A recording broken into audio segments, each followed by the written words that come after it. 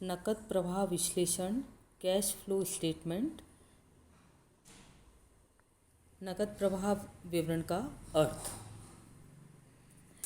वर्तमान काल में गत्यात्मक, डायनेमिक एवं प्रतियोगिता के परिप्रेक्ष्य में एक व्यावसायिक फर्म के लिए नकद प्रवाह तथा इसके तकनीकी विश्लेषण की अनिवार्यता अत्यंत आवश्यक है।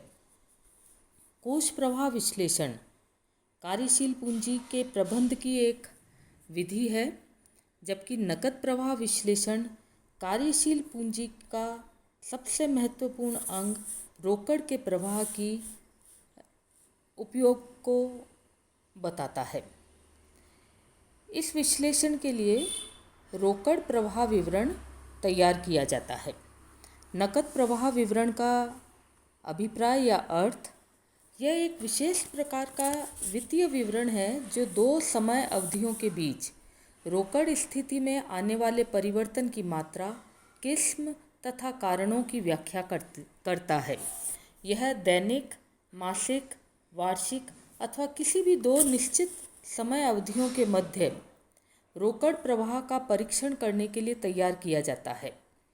व्यवसाय में रोकड़ प्रवाह का लगभग वही महत्व है जो कि एक मानव के शरीर में रक्त के प्रवाह का है। जिस प्रकार एक स्वस्थ जीवन के लिए रक्त की समुचित मात्रा, रचना तथा दबाव आवश्यक है, उसी प्रकार व्यवसाय के लिए भी रोकड़ की मात्रा एवं प्रवाह का पर्याप्त होना नितांत आवश्यक है। नकद प्रवाह विवरण के उद्देश्य या objectives of cash flow statement. वित्तीय प्रबंध के क्षेत्र में नकद प्रवाह विवरण अनेक उद्देश्यों की पूर्ति करता है।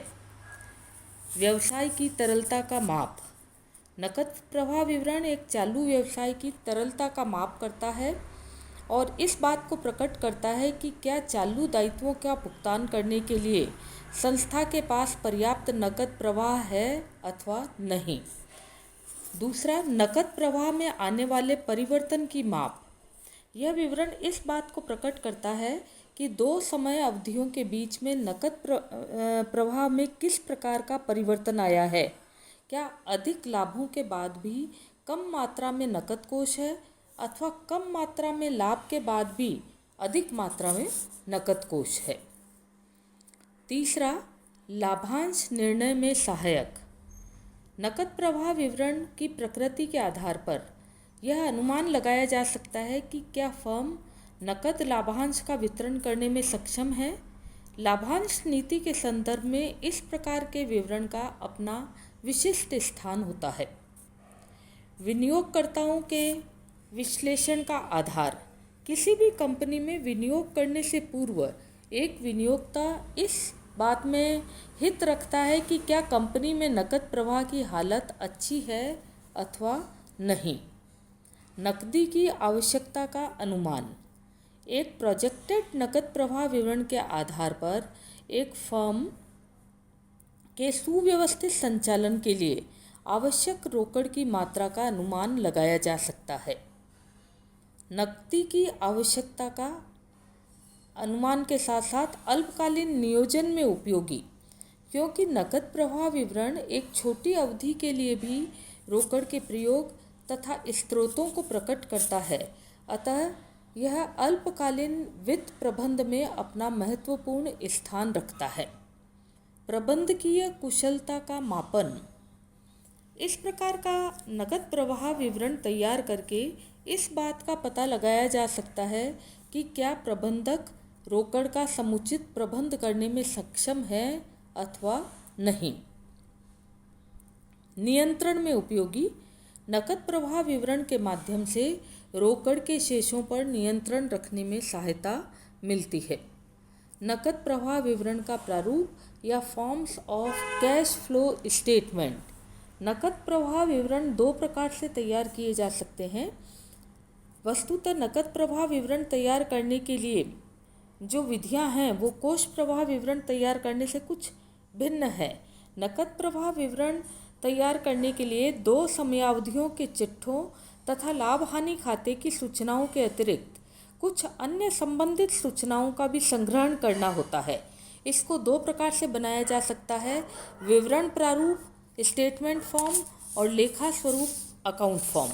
सबसे पहले हम चर्चा कर रहे हैं विवरण प्रारूप या स्टेटमेंट फॉर्म।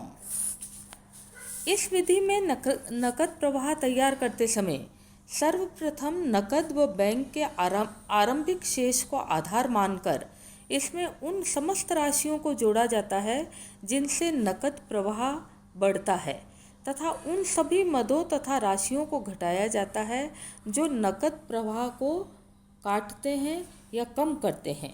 इस विवरण के अनुसार शेष नकदी तथा बैंक में जमा के अंतिम शेष के बराबर शेष नकद का बैलेंस कहलाता है। इस विवरण का एक प्रारूप इस प्रकार है। सबसे पहले हम opening cash and bank balance लेते हैं। इसमें कैश इनफ्लोज को जोड़ते हैं जो कि इनके द्वारा हो सकते हैं cash from operation, issue of share, sale of fixed assets, borrowings, refund of income tax, refund of dividend और amount received from dividend, amount received from interest on investment, rent received etcetera. इन सब मदों को opening balance के अंदर जोड़ने के बाद जो कैश बहिर्गमन हुआ है, कैश आउटफ्लो हुआ है, उसको घटा दिया जाता है।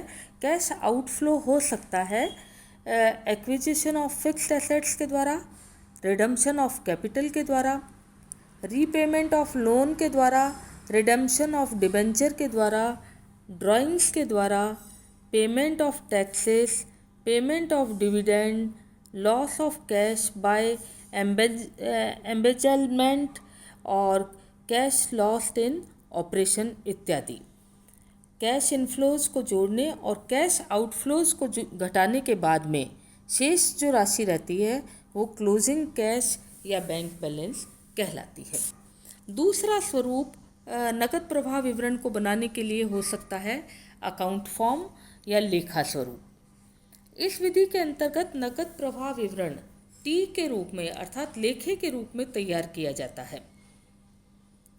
लेखे के लेफ्ट साइड में नकद तथा बैंक के ओपनिंग बैलेंस को दर्शाया जाता है तथा ऐसी सभी मदें एवं राशियों को इस पक्ष में दर्शाया जाता है जो कि कैश फ्लो का सृजन करते हैं, और दाएं पक्ष में यानी राइट साइड में उन सभी राशियों को लिखा जाता है जो नकद प्रवाह को कम करते हैं।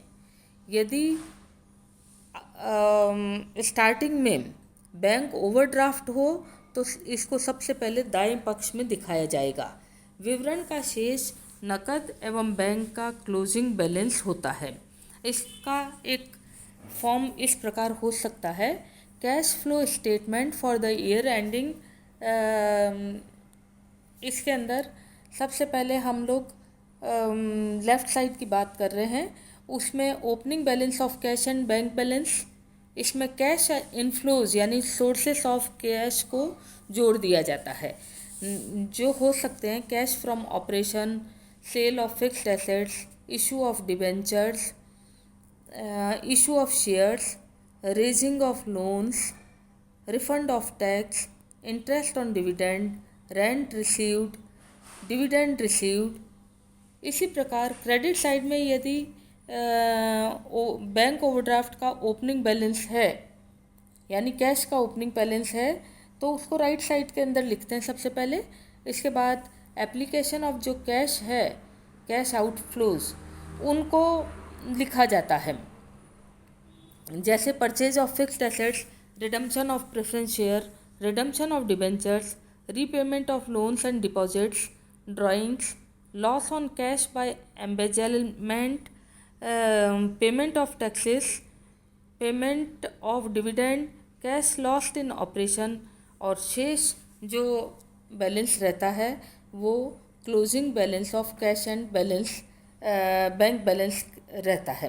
राइट साइड के अंदर कैश बैलेंस पॉजिटिव बैलेंस है, लेफ़्ट साइड के अंदर क्लोजिंग बैलेंस अगर है तो वो बैंक ओवरड्राफ्ट कहलाता है। Thank you.